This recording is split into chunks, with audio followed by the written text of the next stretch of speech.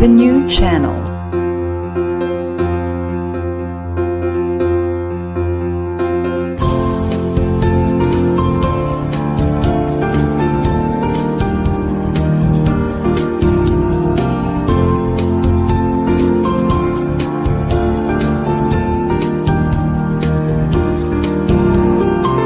The new channel.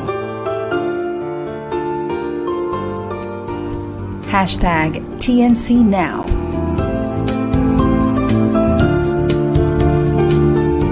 The views, opinions, and insights expressed in the following shows are those of the host, producers, guests, and viewers. They do not necessarily reflect the position of the channel. Viewer discretion is advised. Hello! If you can see that I am happy because I just received a few minutes ago that my niece, the daughter of my brother-in-law who just departed a month ago, is pregnant. Wow! That is why I'm wearing my orange shirt because it's the color of the TNC, but I'm also wearing it because I am happy, the happiest uncle, and I will be the grand uncle in the world. And if I look a little bit dark, the screen's a little bit dark. I'll tell you a story. I have a consultancy and the owner, because they were satisfied on the way I facilitated the strat plan, gifted me an expensive dog, a Chiba Inu. I called him Miguel, amigo. I was doing a face-to-face training recently, last Monday up to yesterday. And when I arrived last night, he played with the cables of my gadgets, and all of them are torn. So I'm using a lamp. And it's not only that it is an expensive puppy, but I don't spank my dogs. This is where I will start. I had a face-to-face training with people from Bangladesh. And I told them that for a trainer, you must have what you call success in the 8 dimensions of well-being. And my anecdote was, a trainer must have pets. And that is because the unconditional love that you show to your pets, it will also be replicated of unconditional love to your students. And of course, because I am a plantito, I have a big garden, I plant. And that is actually for patience and for the joy of letting the plants develop. Okay, I invited friends of mine to be with me. This is a one of a what do you call this? A session because I had a respite. I had a break for a longer time because I knew that um, I was competing with the election and that people were already very much engaged in going back to the face to face. So I had I decided to rest first the live stream, but thanks to Namanan Sala, she actually insisted that I come back and then I'll start with this anniversary show. So I invited friends. The topic for today is just simple. It will be on what HR should do, say we may call it post pandemic, because we are now going back into what is the new normal, what is the new normal or the better normal. So, what are the things that we need to do? So, I'll ask my friends to give their thoughts, and we start with acquisition and maybe on training and lastly on compensation. Of course, strategic HR management actually has a lot of other fields. Depends on how you look at it. Depends on the breadth of your organization, the depth and breadth of your organization. There are a lot of things, functional things that HR should do, but we must actually consider focus first on that. So can we request that I'll have my guests with me, and then we take a break at exactly 12:30. And the first one, I'll call on my friend. Uh, he was actually ahead of me, past president in 2015 of the People Management Association of the Philippines, Mr. Roberto Obet Policarpio. Good afternoon, magandang tanghali, my dear friend PP Yes, Jesse at sa inyong mga masugid na tagasunod ng inyong programa, the yes, HR yes, yes. Hotline. Yes, yes. Thank you. And I know that you have a nice, what do you call this, attire, and it's actually also in the theme of you are in uh, orange. Okay. Yes. You were not seated at the last general management meeting of PMAP. You were at the other table, and I was at the other table. So I missed talking with you. Remember that when you were president and I was your vice president, that Yeah. as, that was the start of your mentoring me. Ladies and gentlemen, past president of it is my mentor. He was telling Thank me you, thank everything, you. cascading to me everything that he knows, and then I am also catching it. So if ever if you see me that I am a little bit successful, that is because I was mentored by a great person. Okay, so let us also Obet call our dear friend. Is also a past president, very recently in 2019. Am I right? 2018. Please correct me. PP Obet, please correct me. Uh, you're 2015, 2016. Ramon was 2017. Then Michelle was 2018. 2019, right. It's the 2019. 2019. Yes, the last time that we had face to face. And actually, in this errata, there is a line that tells us greater and lesser person than you are. And then he is a greater person than I am than I am. Actually, I listen to him whenever he speaks because these are actually nuggets.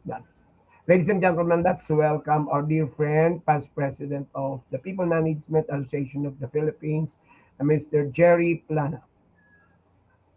Hi, good afternoon. Hello.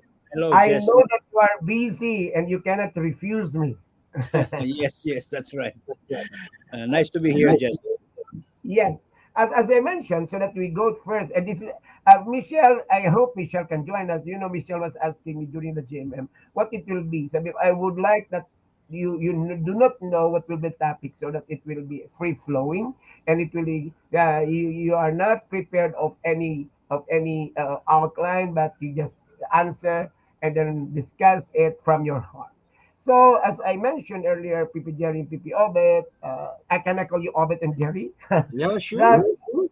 that what are the things that HR should you do now that we are actually being forced, quotation, forced to to go back to a better normal, to a new normal.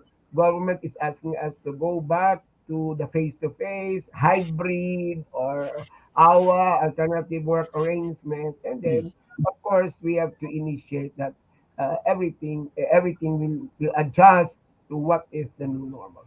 So we let us start with acquisition. What are your thoughts that HR should do now as regards association, given the fact that we mentioned during the pandemic, Jerry, about the great resignations. You discussed it.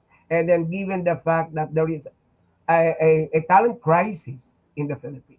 So what are your thoughts that HR should do now as regards acquisition and recruitment? Can I ask Obed, you're the first one to give your thoughts on this? Anong dapat mga gagawin nila ngayon? Well, as we know, acquisition is inevitable, right? And because of the post-pandemic implications, the pandemic per se has good benefits because it is not simply a change in itself, Yes. but primarily it accelerates the necessary changes that each employee, each individual, and more so each business enterprise must be able to adapt, wherein flexibility, resiliency, and agility are really part of the formula.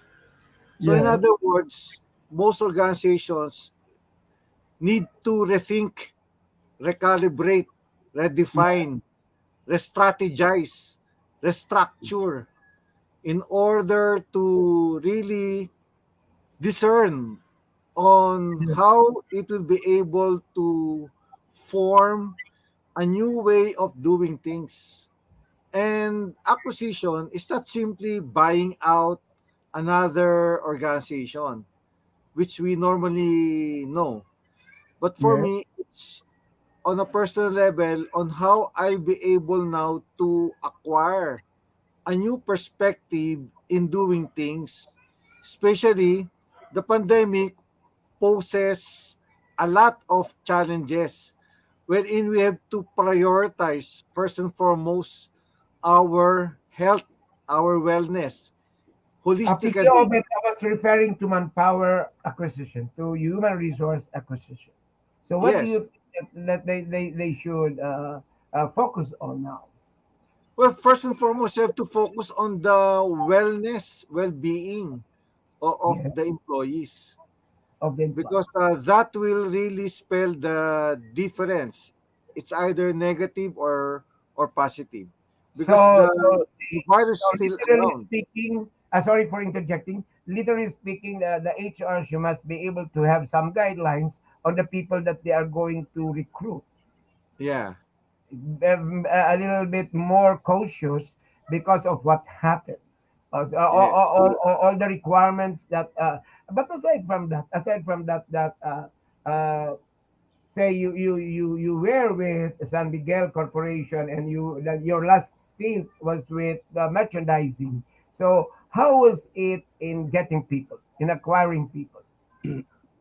Well, more than the given and required competencies, we also Yeah, have to we also have to put premium on the well-being of the candidate yes, holistically, yes. not only physical, not only health, no, But but I love also the disposition.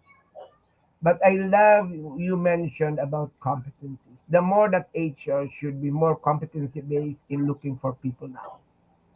Yes, and it Yes. has integrated the well-being of the person. Well-being here is not only have they have to get medical certificates from whoever, but well-being here includes mental health. So yes, that I know that it's what you meant. What you meant. We came from a pandemic, and up to now we came from a very what do you call this? I cannot look for the right term, election. So there is actually issues on mental health. So if you are looking for somebody who's going to join your organization, so the person should be well. Of So course. And it's also given that character is yes, also implied. so the more that we have to go into that, it is just not the automatic way of trying to follow what is in the qualification standards, but we have more have to focus on the wellness, on the competencies, a competency base, and that person is actually what do you call this can fit in to the Yes. organization.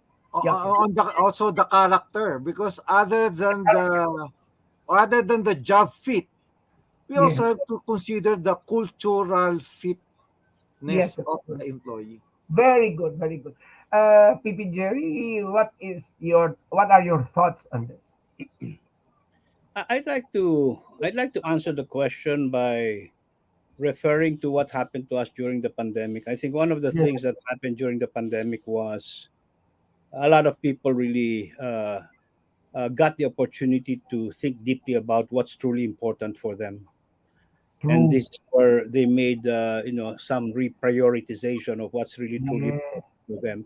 So given that as a context, what I see happening now, and this could affect acquisition, is we are now dealing with a different kind of people coming out of this pandemic. These are people with different expectations and different priorities. As a matter of fact, it's very common now that when you're hiring people now, they ask questions like, is the work going to be remote or hybrid? True. You know, that's already part of the discussion, because I think many people realize, many people who can do work at home don't want to go back to the office, the same way they did pre-pandemic days. No, let's face it, that's happening because all of a sudden they said, life is more important than just all work. They know how to place properly where work is within the context of their entire life. And that was one of the big realizations that happened during the pandemic. So, given that, I think we need to really recraft, as we are an organization, our employee value proposition, and which should include very heavily on flexibility of work. What kind of flexibility are we willing to provide? Because depending on what we provide there will dictate the kind of talent we can attract to our organization. Okay, True. True. so that's one aspect of that. So, The other aspect. pardon my interjection. So, literally, they have to revise the JDs to be Well, yeah, definitely. The traditional JD, is very limiting, really. Yes. I think that the JD, when it was created during the time when the situation were more stable. So Yes. it has entirely, changed. No, I think the JD is too rigid. The traditional Right. JD is too Right. rigid. If we use it the same way now, we need to reinvent even the JD. Okay. Yes. One aspect of the JD that I think needs rethinking is, you don't have to put specific duties and responsibilities. I think we need to Right. talk about roles and competencies that can be more spontaneous and flexible depending on what you really give to the table rather than specific duties and responsibilities, because the situation, we cannot predict what kind of situation we will find ourselves in. Or else you are confining that person, or you're silo on a silo Yeah. yeah, Yes. on Yes. just what they're supposed to do. And what is problematic about the way we do things in JD and job evaluation is, when you ask people to do other things, they say it's no longer in my JD, so you need to give me an increase. I think that's very limiting. I think we need to have more broader role descriptions and competencies, and pay them, well according to that, and not be concerned about that's not my job, so I will not do it. I will only do it if you improve my compensation and things like that. That's Yep. a very limiting attitude. We cannot afford that kind of attitude anymore. So that's one aspect of the. Yeah, that's number two. How's that? But you were saying there is another one. That's a number two earlier. Yeah, yeah. There's a number two. One of the things that I see in acquisition that we need to also challenge, if we're concerned now about well-being, which Obet raised earlier, is this traditional practice that we have, that when we have a job, we try to fit the person to the job. I Yes. think that's a very mechanical, you know uh you know I think a more well-being approach in matching people with jobs is to make people co-craft the job description together, because each person brings something different to the table. Strengths are Mhm. different. Even the same job with different people, they will perform the job well, but in different ways because of the Mhm. differences that they bring to the table. I think that needs to come into the picture, and that's why I'm saying we don't need very specific, tight job descriptions. I think we need to make it loose, and then there's some discussion so that the person's strengths and personality can be brought into the job, so that the person can love the job, can promote well-being rather than be a cause of a lot of unnecessary stress. Just in a concept. So you are leading us that people should be generalists rather than specialists. Yes. Yes.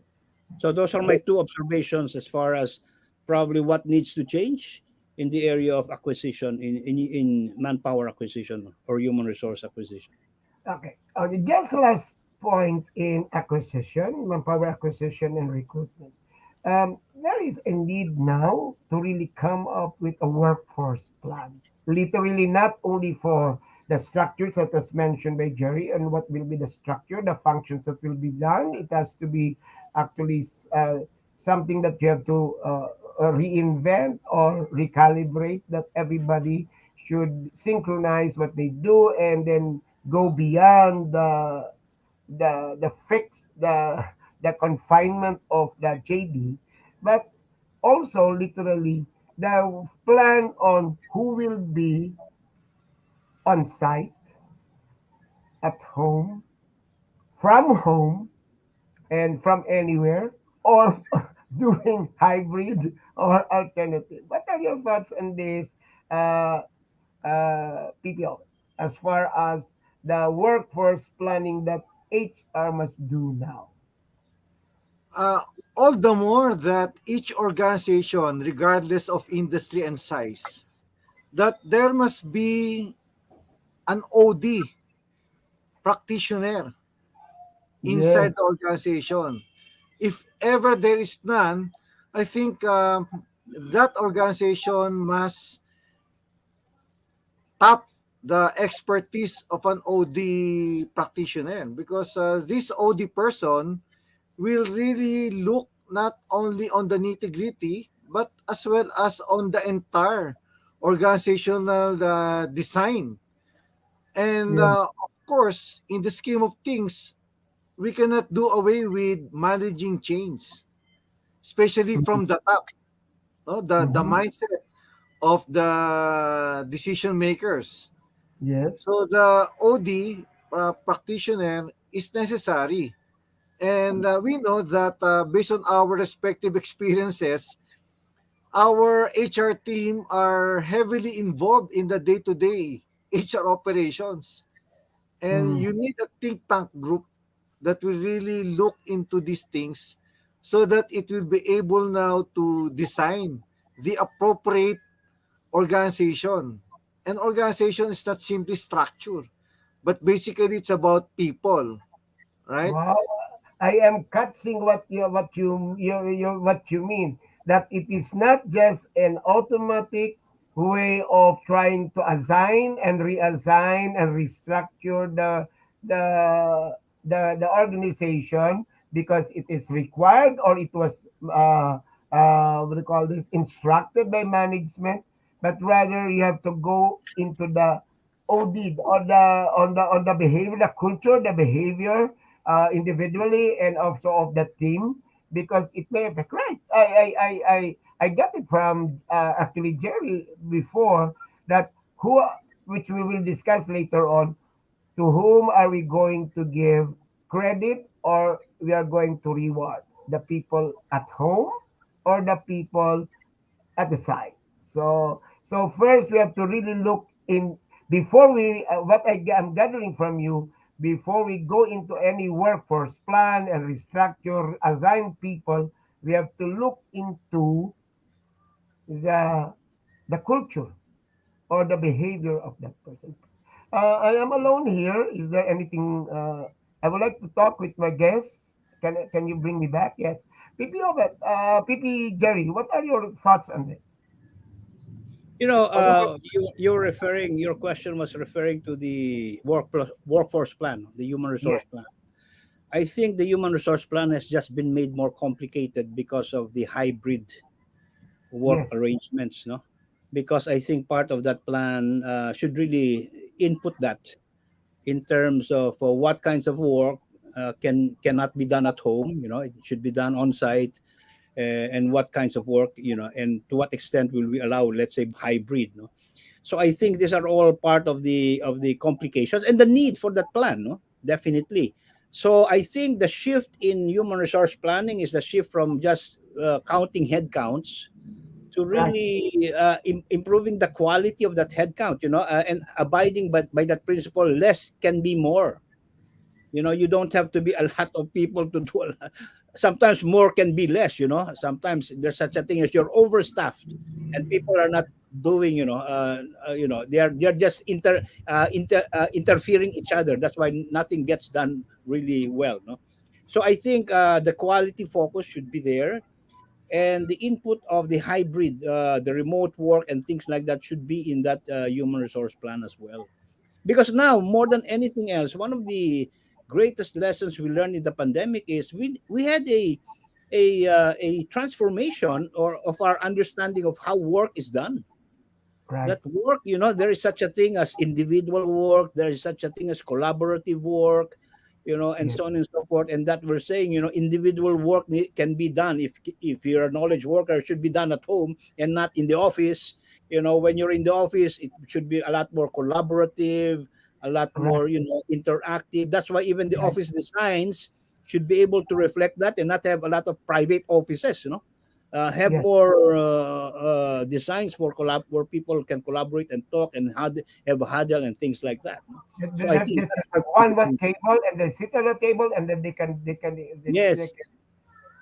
And I've seen yes, that in our PMAP office. I was there for them. So you're telling me to put in together your thoughts. You're telling me that I don't. It is not advisable wherein you just make it a little bit automatic that say Jerry will report my MWF and Obet will report Tuesdays, Saturdays, and Sundays first. As Obet inform us, there should be the culture and then the person's behavior has to be considered. And you're telling us, Jerry, that. It is not that's just the warm bodies, but the quality who is actually more productive working from home and more productive in the office, and also trying to look into the the activities, the work activities that they do. If it is more of collaboration than hybrid, then they go to the office, but it's more on producing an output, and if they will, yeah, you get it. I can understand it. You require them to go to the office, and then they are confined in the tables, and they don't even talk. They can just do it at exactly, home. precisely. So I think we're beginning to understand those, and that's why we're an office now is used as a just as a tool. Just like any tool, and we should know how to use a tool. So Yeah, talking about that, so this is a very good understanding of how work should be done and what kinds of work, whether work can be done, at home or remote or things like that. So this is very good, and this needs to be inputted into our HR planning process. yes, yes. So Because this I is very will give you an example. Say when I'm giving you an example, can you all of us can imagine the first floor of Pima. So the tables of those in conferences, the one handled by Carol, they are now already placed together and they're facing each other. So that's nice. Also that group. But when I was moving around and I am expected to be noisy, somebody was telling me, sir, I'm doing something. I need some space. So that is what you're telling me. That guy can be at home working because he yes. needs some space. That's right. That's right. And talking about work that you need to do alone because it requires full concentration. Now you have to ask the question: where is there more distractions in the office or at home? Because Right? the office can also have a lot of distractions. Sometimes you're developing something thought, and then somebody will ask you a question, or somebody will come to your office. So you get distracted also. So it's not true that in the office it's free from distractions. If there are distractions at home, there are distractions also in the office. So you decide where's the place where I can have least distraction so that I can do individual work that requires a lot of concentration. Wow. Yes, So, I agree. That's yes, why today there is a need to have that paradigm shift by each manager and supervisor. Because as what you already mentioned, it's no longer about physical presence just yes, to simply work. It's not simply about measuring how much time, straight 8 hours. It's already proven in the past 2 years that the good performers who are competent in what they are doing and really understood culture fit, they're able to produce results in less than 8 hours. That's So right. results based, hindi na to yung ah, You record time your timepiece productivity na from dapat time. nandiyan ka Yes. Yeah. physically, But, 'di ba? but we need to influence our managers today, Right. because our Exactly. managers have been brought up in a situation where unless they see you, they think you're not productive. Yes. Oh, yes. You know, So that And you this that's is one of record. the where mentalities HR, to change. So and this is you where record. HR executive comes into the picture, Yes. you Precisely. know, To on change how the to really influence the top management using the hard evidence of the outputs of the employees in the past 2 years. So right. that's why there's a need to really sustain a flexible workforce wherein three elements are necessary: the agility, the resilience, and the connectivity of each and every employee. Even without there is no office space, the business will move on positively. Yes. That's why I think one of the things that managers should really embrace and take seriously is they need to be really very good at defining deliverables. MBO has been with us for a long time, no? Management Oh by yes. objectives. But I Objectives. don't think a lot of managers are really managing by objectives. They're managing activities. They're managing your effort rather than deliverables. Now, what the pandemic did was force a lot of these managers, because we were all working from home, to really manage by deliverables. And that's the only way we can see who's productive and who's not. No? Not by appearing busy, let's say, in the office. Yes. So this is where education we will come into the scenario again, There's a because lot of for the past 2 years, most companies really defer the conduct of any L&D programs, especially after the pandemic period, the And 2 year I think period, this is the because person. of the cost Maybe cutting. the mindset, their mindset on how they're going to manage things.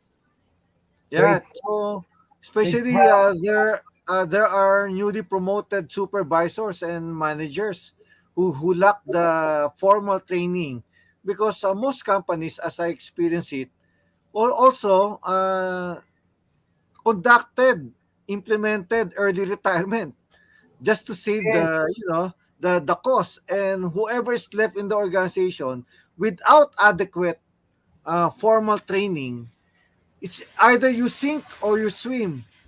So now we're returning back to the normal way of doing it.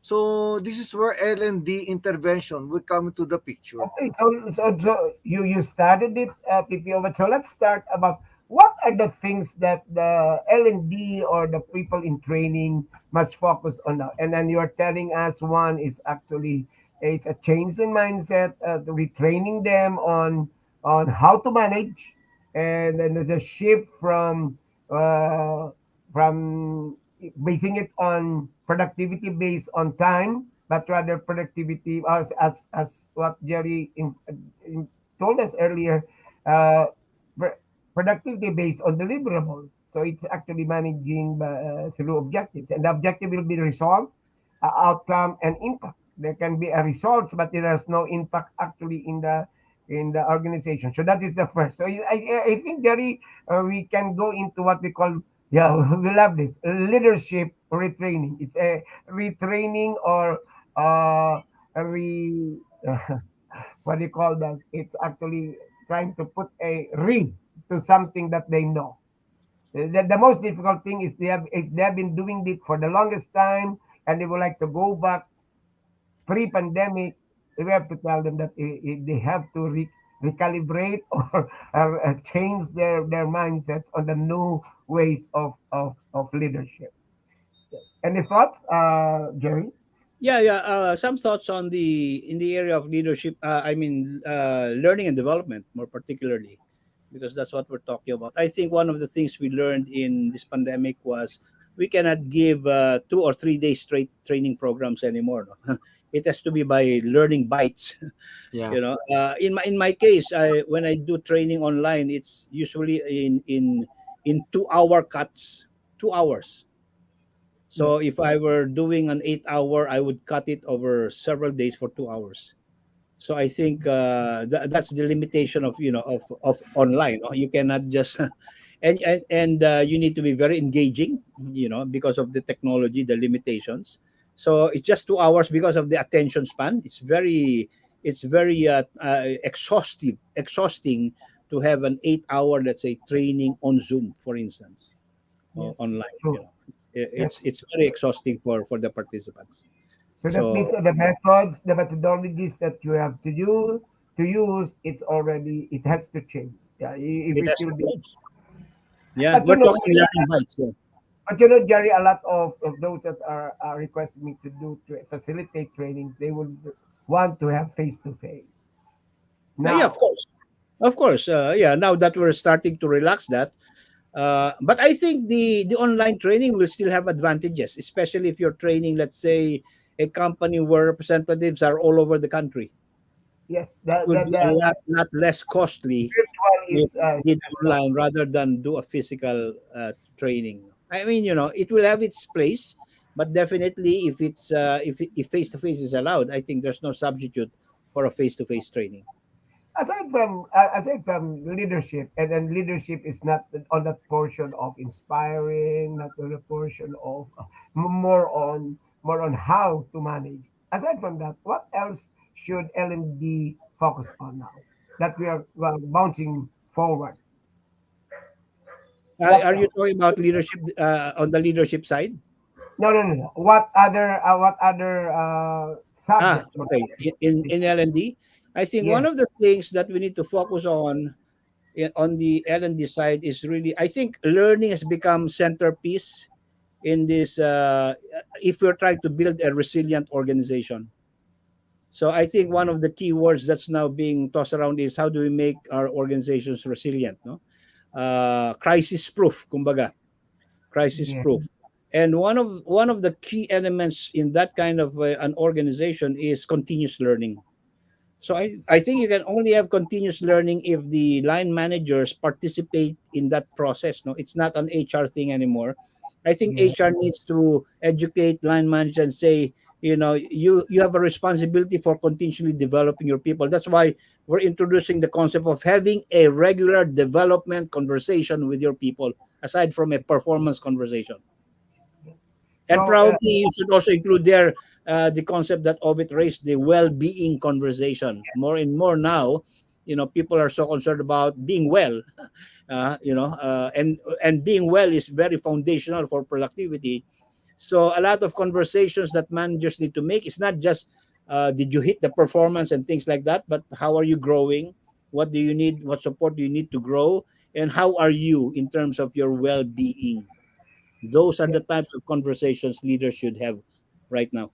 So this is what I've been telling my classes. I do classes in the graduate school that training has no time frame. What we're just thinking of the training, it's a training or the festival training in the classroom or in the Zoom. You must have collaborators, what you're telling me, Jerry, that the training must be caught and then continued by the supervisors and then through conversations. Okay. Because through conversations.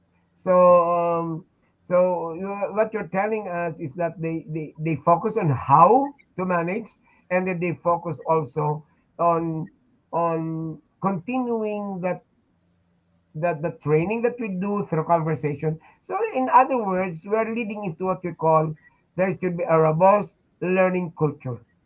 Yes, yes. If I may, the other aspect I see, which is very important to focus on in the L&D space, is the focus on what I call human skills, especially during this age of technological advances. One of the scare discussions we have is everything will be taken over by machines. Yes, That's one of the scare discussions we're having lately. But I don't believe so personally, because I think we still have unique human skills that makes us unique as humans. And I mm-hmm. think we need to focus on that, because I think we're now at the threshold of what I call Industry 5.0, And which is what's a that? stage. Industry 5.0 is a stage where humans like us will be working with highly intelligent machines. So we Mm-hmm. for that age to prosper, I think we should be the best of what we can be as humans. That's why I think when we talk about well-being, we're not just talking about being avoiding being unwell. I think we're talking about how the humans can really flourish and become self-actualized, no? And that's why I think learning and development has a big role to play to really put all humans or all people, everyone, at their very best so that they can prepare for this industry 5.0. Yes, and that is actually say in the framework that we did say from your discovery, it ends up to your molding, and it goes to your freedom to do it, your empowerment, but the actualization, the Yes, yes. actualization. You Yeah, because actualize, yeah, because yeah, you definitely actualize. we have human skills that the machines cannot do, like Yes, empathy, courage, yes, curiosity, imagination, yes. collaboration, the way we do as humans. I think we should focus on further improving the humans on these unique capabilities of human beings. And then they practice and actualize it through the technology that we have. Yes, yes. Yes, yes. That's Yeah, why please, it's important now. yes, It's repeat, also but yes, I important. was waiting for your thoughts on this, and I would like you to go more on values, and you are that is actually your concentration. Yes, So it's also important that we must never neglect the people factor of what Jerry mentioned, which I agree, no, that more than the technical aspect, more than the requirements, it's really putting the heart and soul of the employees. So all the more that if there is such as a hybrid work environment, there must also be a hybrid L&D. No, it's a combination of online, face to face, and more so the performance conversation, not only between the manager and the staff or the supervisor and the staff, but even equally among the co-managers yes, and the manager reporting to a higher superior. Sometimes yun ang kulang yung communication between a manager and to his or her higher superior, so that there is a vertical and horizontal collaboration and communication using connectivity, not only in terms of technology, but connectivity when it comes to Mhm. heart to heart. yes, yes. That's true. Okay, it was so engaging that I'm prompted that we need to have a break first, and after that, when we come back, I will ask you to give your thoughts, just a conclusion, and because we are also required to end at exactly 1 o'clock. So let's have a break, Rosetta. Let's have a break as you prompted me. Then after that, we will have our concluding statement. Uh, yes, we can have a break now.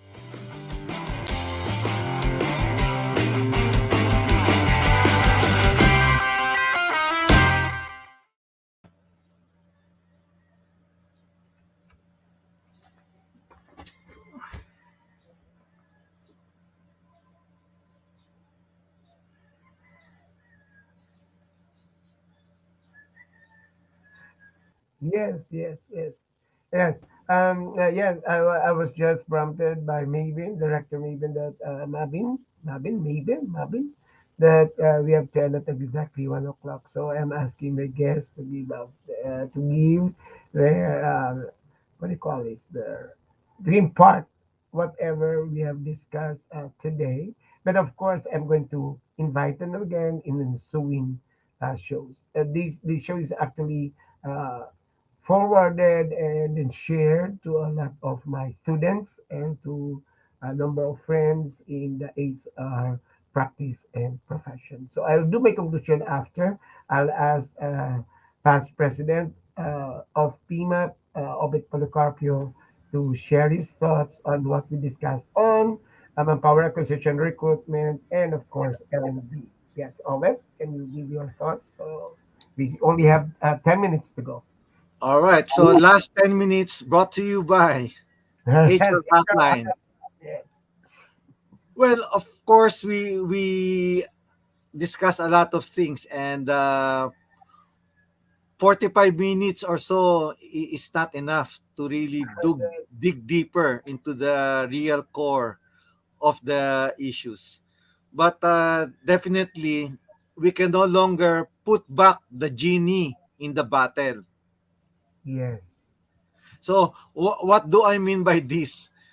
Well, now we really have to wear a new hat.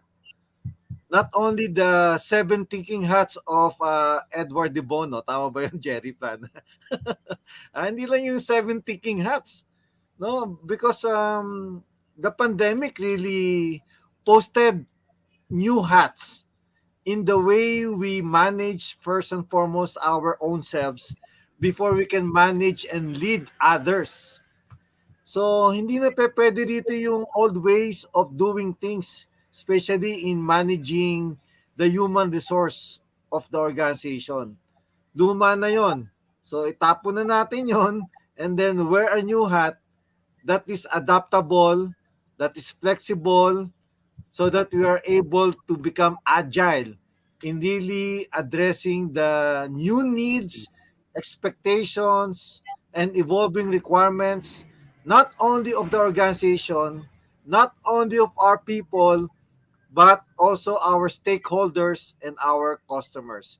It's really answering how can we put value adding services and benefits not only internally but also externally. And second, we need to maximize the use of technology to the advantages of our people more than the profit. Because I believe if we have a happy employee, they will also produce a happy customer. Thank you. wow, yes, that's so nice. That's a nice of a conclusion. Jerry, can we Yeah, have I your remember. I remember pre-pandemic days. We used to talk about the dizzying rate of change. You know yes, what the pandemic has really brought about is really even further accelerated the change. yes, That's why we experience so much turbulence and so much disruption. We live in times of great uncertainty. I think as HR professionals, we should never lose sight of that context. We live in times of great uncertainty. So whatever we do in HR should always have that as far as context is concerned. You know, I know HR has been heroes during the pandemic because they took center stage, taking care of the people during the greatest human crisis we have ever experienced in our lifetime. But again, we have this next opportunity post pandemic era to be able to play even a major role, continue playing a major role in our organizations by being what I call an organization transformation partner to our chief executive officers by trying to build an organization that is built to change, because a lot of organizations are traditionally not built to change, and we need to help in that process. And by performing as an organization transformation partner, I think we are able to help organizations become more resilient that can thrive in a highly turbulent environment. Thank you. wow, wow, that was really great. Something that we should document and we should include. Jerry, after that, you're really my idol. Yes, ladies and gentlemen, that's a very simple topic on what HR should do, but it really requires us really first to change our thinking, change our paradigms, change our mindsets, as what Jerry has told us earlier, that will now become the catalyst of transformation. I remember that it was discussed in 2016 as one of those competencies that an HR should do, as crafted by Dave Ulrich, our HR guru.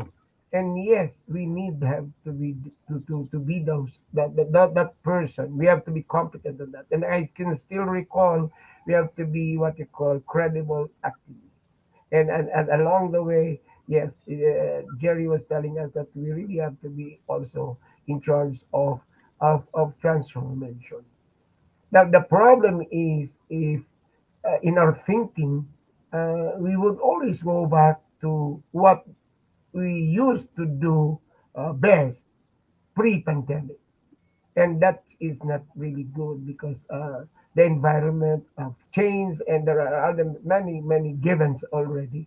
And Ovet and Jerry, I was in a group chat of in PMAP wherein they are really insisting especially those in the manufacturing of really going back to what they were doing before. So that is actually the question: how they can practice what they were doing. And then there were a lot. Michelle was actually one of them who were was mentioning that we cannot really go back to what we were doing before because there were a lot of changes. And I think that the change is actually one is acquiring people. Acquiring people is not only acquiring from the outside, but also from within. Building up your teams, and then right, Jerry and Obet told us that the input on values, the input on wellness, the input on not only on the numbers, but also on how they are going to do the work and what should be done in the office, what should be done at home, and so all of these things. It is actually these are now the job of HR. So we don't really have to be so. There is no. Correct me if I'm wrong, Jerry. There is no template for this. The template of the hour or the template of having a say a job, what do you call this? What do you call it? Rotation, wherein people are being asked to report because the most recent that uh, question that I got in my group chat. Uh, I was informed that somebody was actually ranting that it's so hard for an HR to really change their lifestyle to be reporting on some days and to be working at home on other days. So I told them try to look into that because you are actually the victim. I was mentioning you are the victim of that particular job arrangement. Yeah. So there are times that the family is already used to it, but actually the person is not attuned to it. The problem is synchronizing her life because there are days that he has to be in the office wherein he cannot do anything, and there are days that he is in the at home. So that particular one, it was discussed by Jerry, and that is you call it workforce planning or work arrangement. That those are things that we need to do because, as mentioned also by PPO, but we need to look into the behavior and then the culture. And then, of course, the learning that we need to do, focus on things that will really change the leadership's mindset. And one of these is how to manage now that we're going back to that new normal. So with that, ladies and gentlemen, it's actually at 12:59. I would like to thank my dear friend Ovet and my dear friend Jerry.